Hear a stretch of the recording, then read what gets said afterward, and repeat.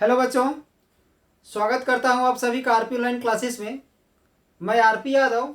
आज का इस क्लास में आप लोग के लिए 11th क्लास, आर्ट्स हो या कॉमर्स हो या साइंस हो, उसके लिए इकोनॉमिक्स का कुछ इम्पोर्टेंट क्वेश्चंस लेकर के आए हैं, जो झारखंड बोर्ड के द्वारा आपके लिए बेहतर मार्क्स के लिए या बेहतर मार्क्स आप कर सके, एग्जाम आपका बेहतर हो सके, इसके लिए झारखंड बोर्ड के द्वारा जो जारी किया गया आपके लिए क्वेश्चन बैंक विथ आंसर जो है, उस चीज को हम आज अपलोड करने वाले हैं। तो इसमें अगर किसी भी तरह का कहीं भी प्रॉब्लम होता है तो आप लोग कमेंट बॉक्स में लिख करके भेज सकते हैं। चलिए, आज का ये क्लास में हम लोग 11th क्लास इकोनॉमिक्स का झारखंड बोर्ड के द्वारा आप लोग के लिए जारी की गई इंपॉर्टेंट क्वेश्चंस को हम लोग देखते हैं। ध्यान दोगे, ये है हमारा प्रश्न बैंक सह उत्तर पुस्तक, यानी इसमें 11th क्लास का इकोनॉमिक्स का झारखंड बोर्ड के द्वारा जो भी इम्पोर्टेंट क्वेश्चंस जारी की गई आप लोग के लिए, उन सभी क्वेश्चंस को आंसर के साथ अपलोड किया जा रहा है।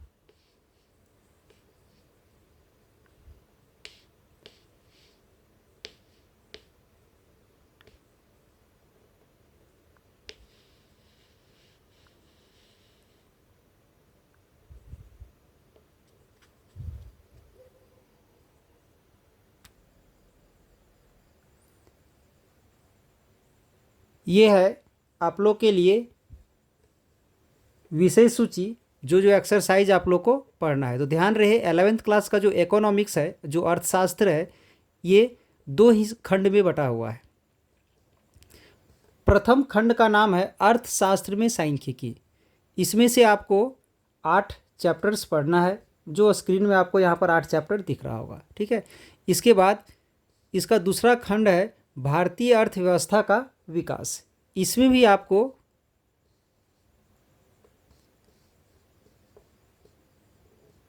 8 चैप्टर पढ़ना है, जो स्क्रीन में आपको 8 चैप्टर दिख रहे होंगे। तो आज का इस क्लास में हम लोग सिर्फ पहले चैप्टर को ही कंप्लीट करेंगे, उसके बाद धीरे धीरे करके इसमें सभी चैप्टर को कंप्लीट किया जाएगा। आज का क्लास में हम लोग अर्थशास्त्र में सांख्यिकी का पहला एक्सरसाइज कंप्लीट करने वाले हैं। तो ये है हमारा फर्स्ट एक्सरसाइज। तो सबसे पहले तो फर्स्ट एक्सरसाइज का परिचय में ध्यान देंगे हम लोग पाठ के मुख्य बिंदुओं।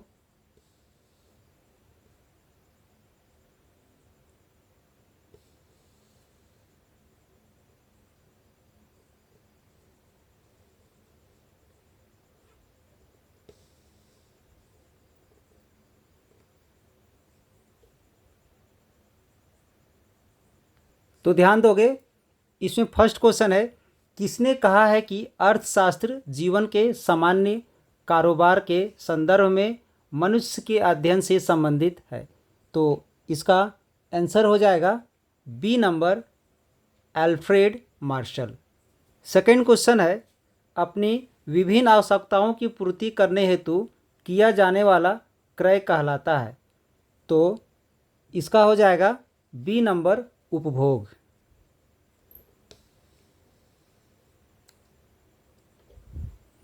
इसके बाद 3 नंबर है, जब व्यक्ति वस्तुएं खरीदते हैं तब वे कहलाते हैं। तो खरीदते हैं तो क्या कहलाते हैं? तो उपभोक्ता, यानी सी नंबर। 4 में, बाजार में विक्रय हेतु वस्तुओं का विनिर्माण सामान्यतः क्या कहलाता है? तो वो उत्पादन कहलाता है।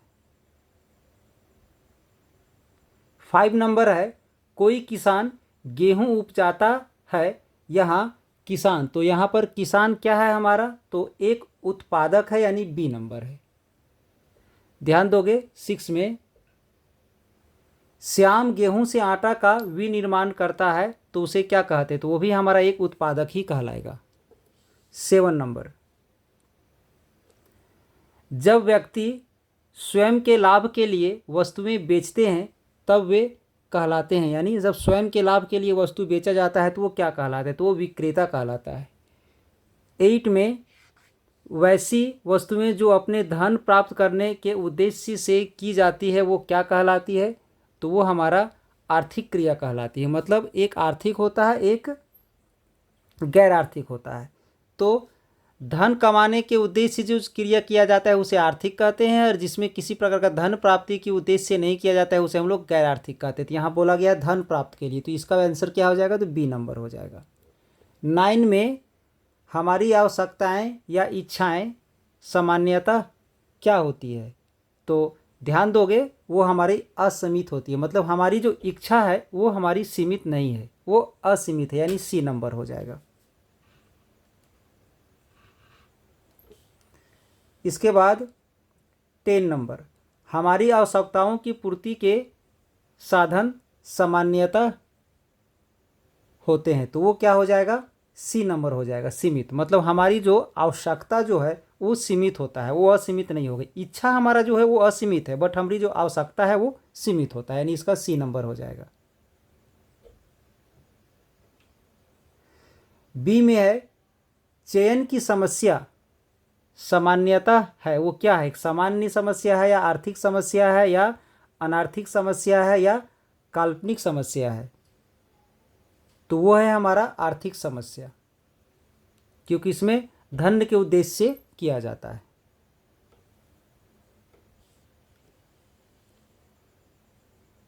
बारह नंबर है सामान्यतः आर्थिक समस्या की जड़ है, तो सामान्यतः आर्थिक समस्या की जड़ क्या है, तो उसकी समस्या है अभाव, ठीक है। 13 में है संसाधनों का खाली स्थान प्रयोग चयन की समस्या को उत्पन्न करता है, तो इसका क्या हो जाएगा, तो वैकल्पिक यानी सी नंबर हो जाएगा। इसके बाद 14 में देखोगे विभिन्न प्रकार की आर्थिक क्रियाकलापों में संलग्न मनुष्य का अध्ययन है, तो ये क्या है, तो इसका हो जाएगा आंसर अर्थशास्त्र, यानी सी नंबर हो जाएगा। उसके बाद 15 में है आर्थिक क्रियाकलापों के मुख्य भाग कौन है, उत्पादन, उपभोग या वितरण, तो ये सभी हो जाएंगे, मतलब इसका डी नंबर हो जाएगा।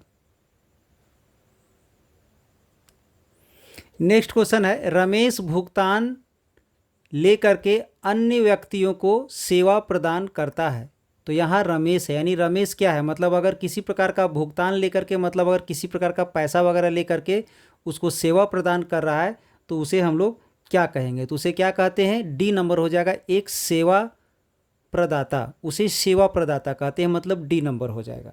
17 में है निम्न में सेवा प्रदाता का उदाहरण कौन है, तो डॉक्टर है, वकील है, वाहन चालक है, तो लगभग तो सभी होंगे। डॉक्टर जो है वो भी धन लेकर के सेवा प्रदान करता है, वकील वो भी धन लेकर के सेवा प्रदान करता है, वाहन चालक वो भी धन लेकर के ही गाड़ी चलाता है, तो इन सभी हमारा हो जाएगा सेवा प्रदाता का उदाहरण, मतलब इसका डी नंबर हो जाएगा। इसके बाद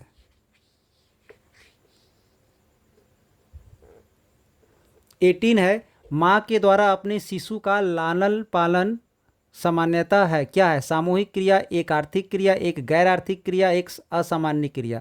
तो जैसा कि अभी हम बताए थे,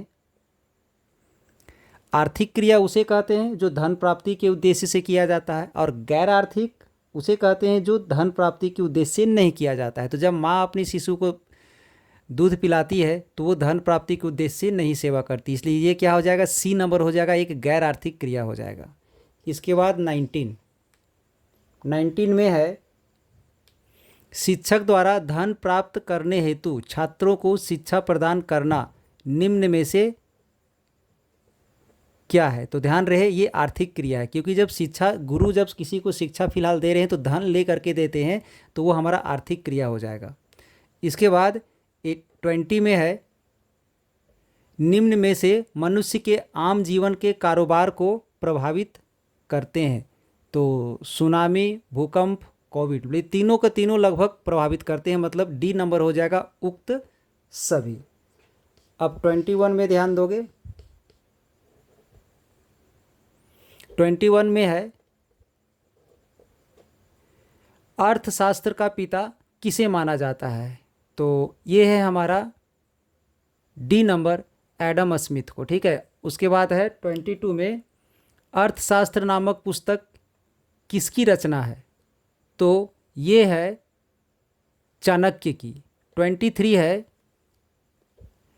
वेल्थ ऑफ नेशनल नामक पुस्तक किसकी रचना है, तो ये हो जाएगा एडम स्मिथ, यानी सी नंबर।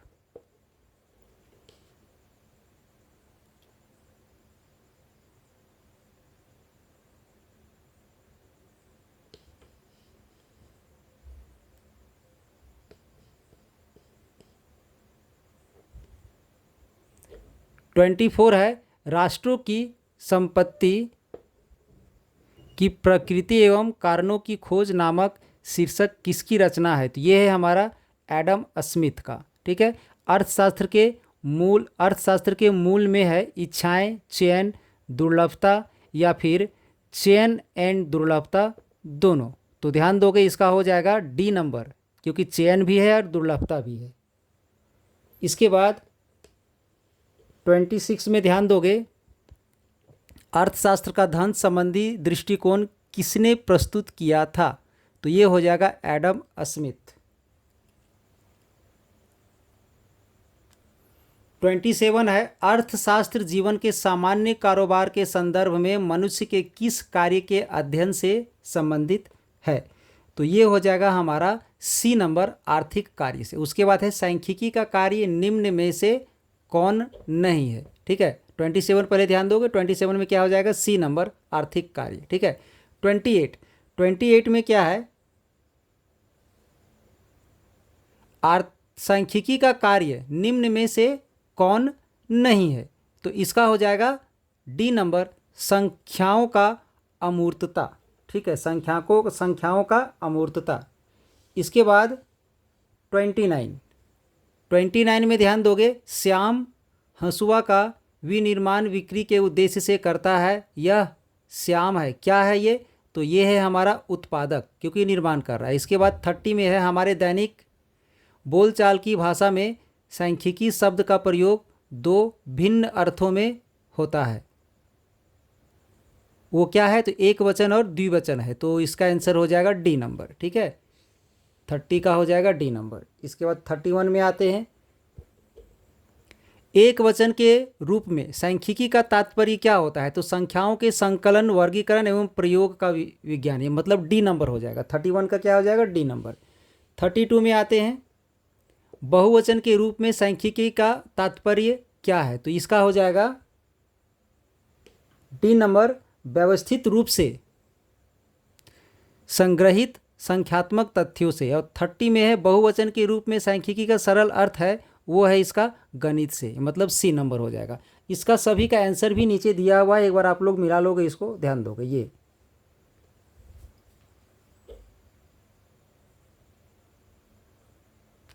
इसके बाद अति लघु उत्तरीय प्रश्नोत्तर भी कुछ है, इसे हम अपलोड कर रहे हैं, स्क्रीन में दिख रहा है। आप लोग इसको एक बार अपने से कंप्लीट कर लोगे, क्योंकि ये जो अति लघु उत्तरीय प्रश्न है, भले ही आप लोग को ऑब्जेक्टिव क्वेश्चन आएगा, बट इससे भी ऑब्जेक्टिव क्वेश्चन हमारा बन सकता है।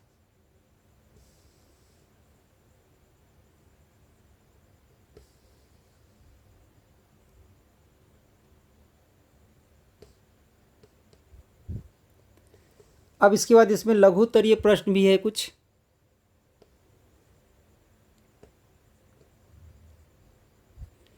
लघु उत्तरीय भले ही है, बट इससे ऑब्जेक्टिव क्वेश्चन आपका तैयार हो सकता है, इसलिए इसको एक बार ध्यान से समझते हुए पढ़ोगे।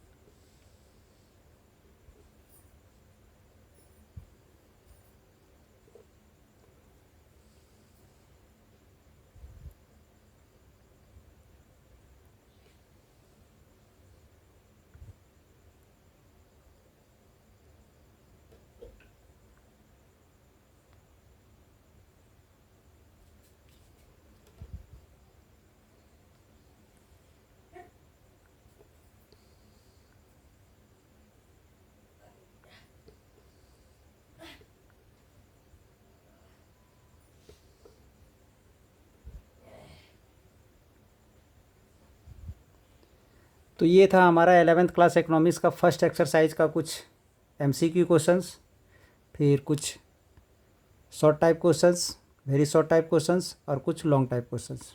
तो इसमें ध्यान रहे, भले ही आप लोग को MCQ क्वेश्चन पूछा जाएगा, बट जो सब्जेक्टिव क्वेश्चंस है इससे भी ऑब्जेक्टिव क्वेश्चंस बन सकता है, इसलिए ध्यान से इसको एक बार आप लोग पढ़ लोगे। अब अगले क्लास में हम इकोनॉमिक्स का सेकंड चैप्टर को लेकर के आएंगे, तब तक इसको आप लोग पढ़ते रहिए। और अगर इस चैनल में आप लोग नए हैं तो चैनल में बने रहने के लिए चैनल को सब्सक्राइब कर दे, बेल आइकन को दबा दे, ताकि हर एक लेटेस्ट वीडियो आपको समय पर मिलते रहे। और अगर किसी भी तरह का प्रॉब्लम हुआ है तो कमेंट्स बॉक्स में लिख करके आप लोग भेज सकते हो। चलिए, इस चैनल से आप लोगों को जुड़ने के लिए धन्यवाद। अब नए टॉपिक के साथ हम फिर से प्रेजेंट होंगे।